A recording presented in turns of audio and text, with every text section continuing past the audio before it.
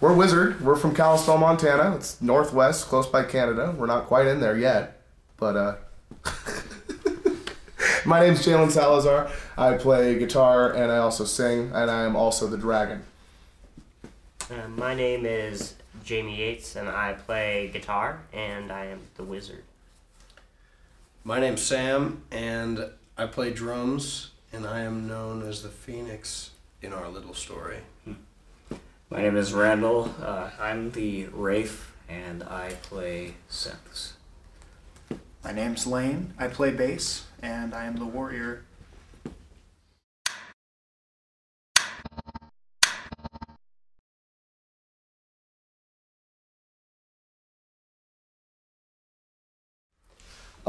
So we started out, Sam, Jamie, Lane, and myself have been playing together for a good long time. I was introduced by a mutual friend to Jamie when we were like 14, 15 years old, and we started playing music together. We ran through a couple drummers, and then the same mutual friend introduced us to Sam, and we'd never met a drummer like Sam before. One that could play a beat. Yeah, one that could hold a beat and actually play fills and, you know, be interesting. So we started playing music. So it was just the three of us for a while after the mutual friend who initially played bass left the band for a while. And we performed War Pigs at one of the local talent, or yeah, one of the high school talent shows. And Lane over there had saw us play and saw that we didn't have a bassist. So what was it, like 2 or 3 days after you saw that, you picked up a bass? It was on my birthday. Yeah. My dad picked me up a bass for my birthday, and it just went over. It got picked up in, I believe it was Sam's mom's. Was it the Subaru? Mm-hmm. Jamie and Sam stopped by, and they're just headbanging wildly. And when I get in, it's playing some like music from Fallout 3, a little bit of that old 40s school, like.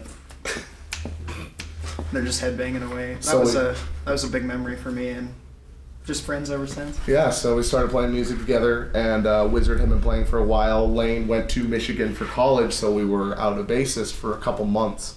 He comes back, and we played shows at a local bar for like 7 months straight. We played an open mic every single Wednesday, and then we play a couple shows at our local record store, Old School Records. We play in the basement, and Randall saw us play there one of these days and was really interested in recording us. Do you want to tell us a little bit about that? I heard him, and I was like, these guys they're tight. I mean, you know, I couldn't believe it, because I mean, you were like 17, I think, when I met you, probably, or even younger, and I was just like, these guys just tear it up. Like, it was just unbelievable. So I said, hey guys, I'm building a home studio, and I would love to record, you know, just kind of work with you guys, and would you like to lay down some tracks? So we just started working together. I started going to their shows, helping out where I could, and just started laying down tracks for the first album, which, by the way, how many times did we redo that album? Like 3 times? 3 or 4, yeah. It was like I knew a little bit, but not a lot of what I was doing, so we all just kind of like step by step learned the engineering process, and started out with $50 in gear and worked our way up. You know? Yeah. It's just So this next song that we're going to play for you guys is called King of Espa. We wrote this song about 1.5 years ago. All of the songs that are on our newest album have actually been written for quite a while, and we just recently got them recorded. But King of Espa is the story of a king overthrown.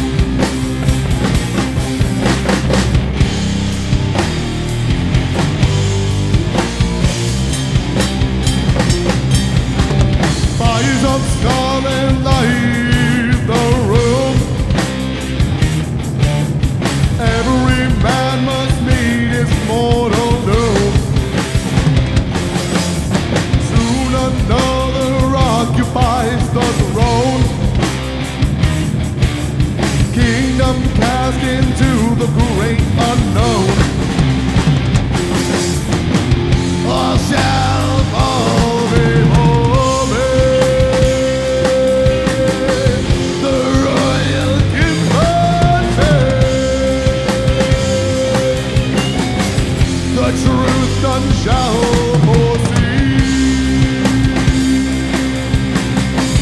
Now that the king is dead, surrounded by open wood, got to name on the way I go, and I really don't know which way I should go.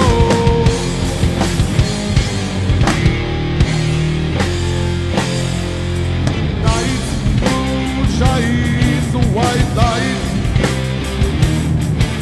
into an old king's sunken eyes.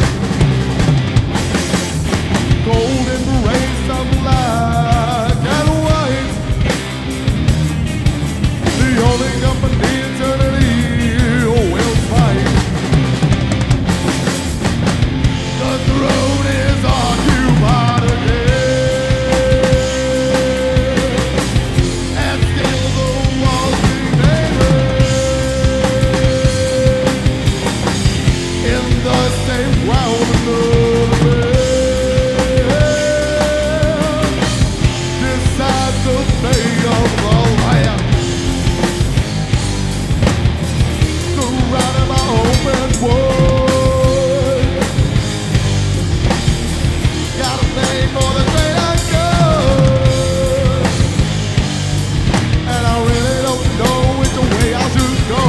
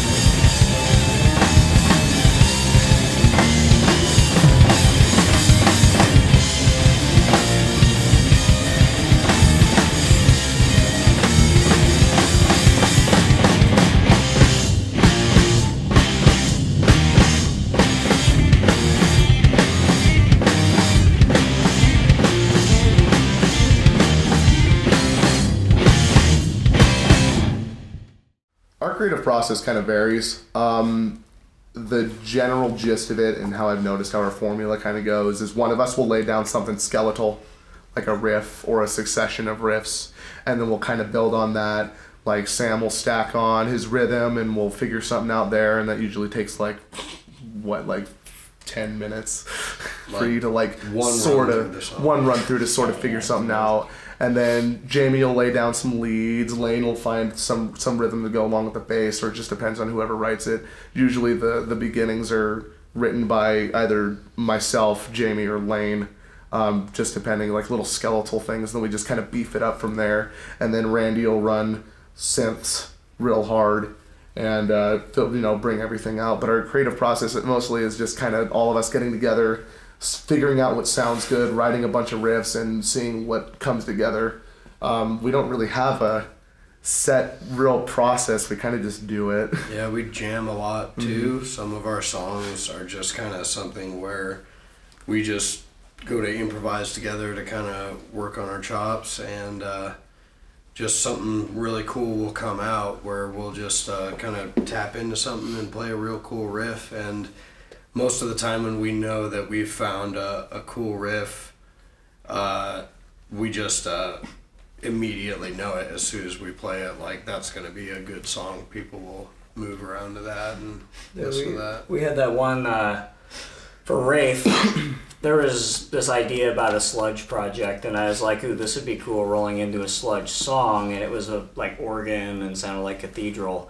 And what I didn't know is these guys here had crisscrossed the guitar and the bass, and to kind of make it real beefy. And as I came up to the end of this keyboard solo, they just drop it, and it turns into this song like on the spot. It was just like done. I don't even think that song took 15 minutes. No. And it was crazy just how it came together. I mean, it really is in the process. And when we write riffs and we think something's a little bit too vanilla, we kind of sit down and we're like, what if we do this instead? Like, instead of running this 4 times, why don't we run it like 3 or like 6 or like 7? Or why don't we like play this note instead of this note? Or why don't we end on a dissonant chord instead of just like ending on a regular cadence and stuff like that? We like to make things a little bit interesting because we understand that the world of doom and of stoner rock gets a little bit monotonous at times, and we're kind of just trying to break that up. Yeah, a lot of our songs are very organic as well. If it's not something that just clicks right away, it kind of evolves over time and just repetition until we get everything nailed down in every part. It's kind of like we just kind of carve the songs down. Like, it starts as a really basic idea, and then we, over time, get it more and more detailed until we've played it 50 times or so. We have a perfect finished product. Yeah. This next one is Phoenix. This one is a song about my character in our story. And it was kind of written by some of the other guys after we had a little bit of a fight. And it's about me. And drummers. A little bit of a hothead. So, but that one just kind of turned into something really folksy, and it's one of our favorites to play. And a lot of people really dig it. It's all blue, orange skies, the rage of flame, and burning eyes, destruction and death, soon will make hellfire here in a path of hate.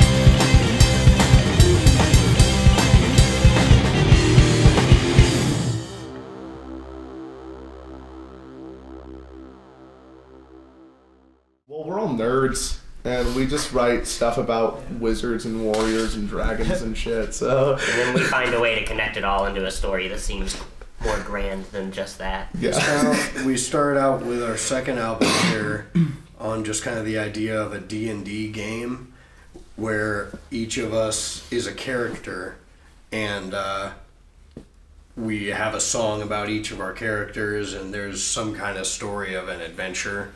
And that's kind of an esoteric thing in the album. There's not too much hints to a story. As far as it all goes, everything we've written so far kind of does tie into a larger concepts. and if you listen really intently to the music, or if you follow the sort of like the tiny little, you know, breadcrumb trail that we're leaving behind, you might be able to pick up on it.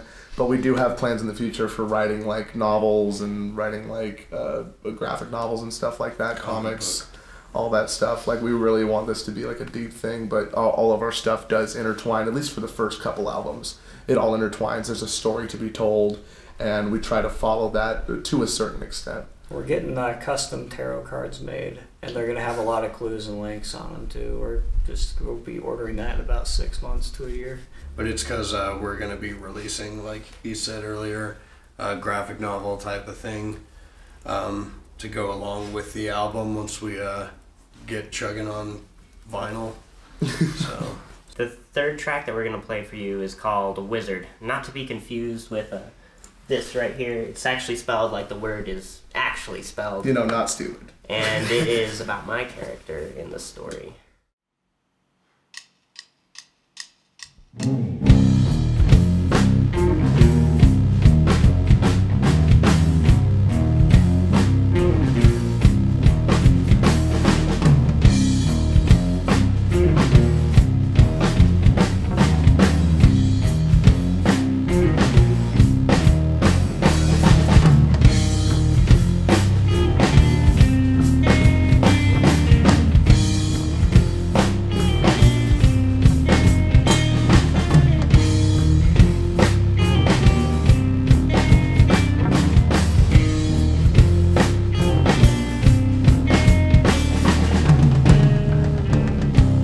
The stars in my hand,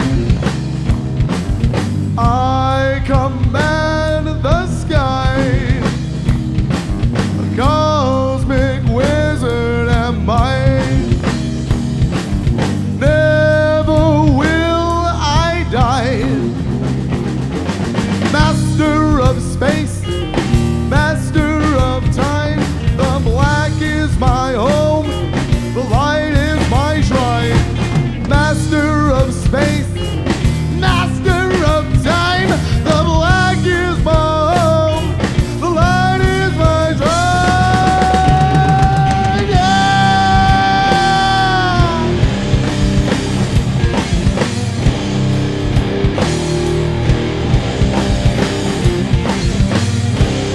My magic I use to bend reality. My world beyond comprehension. You're seeing a part of me. Forever all that is and all that will never be. Consciousness begins the journey to ascension.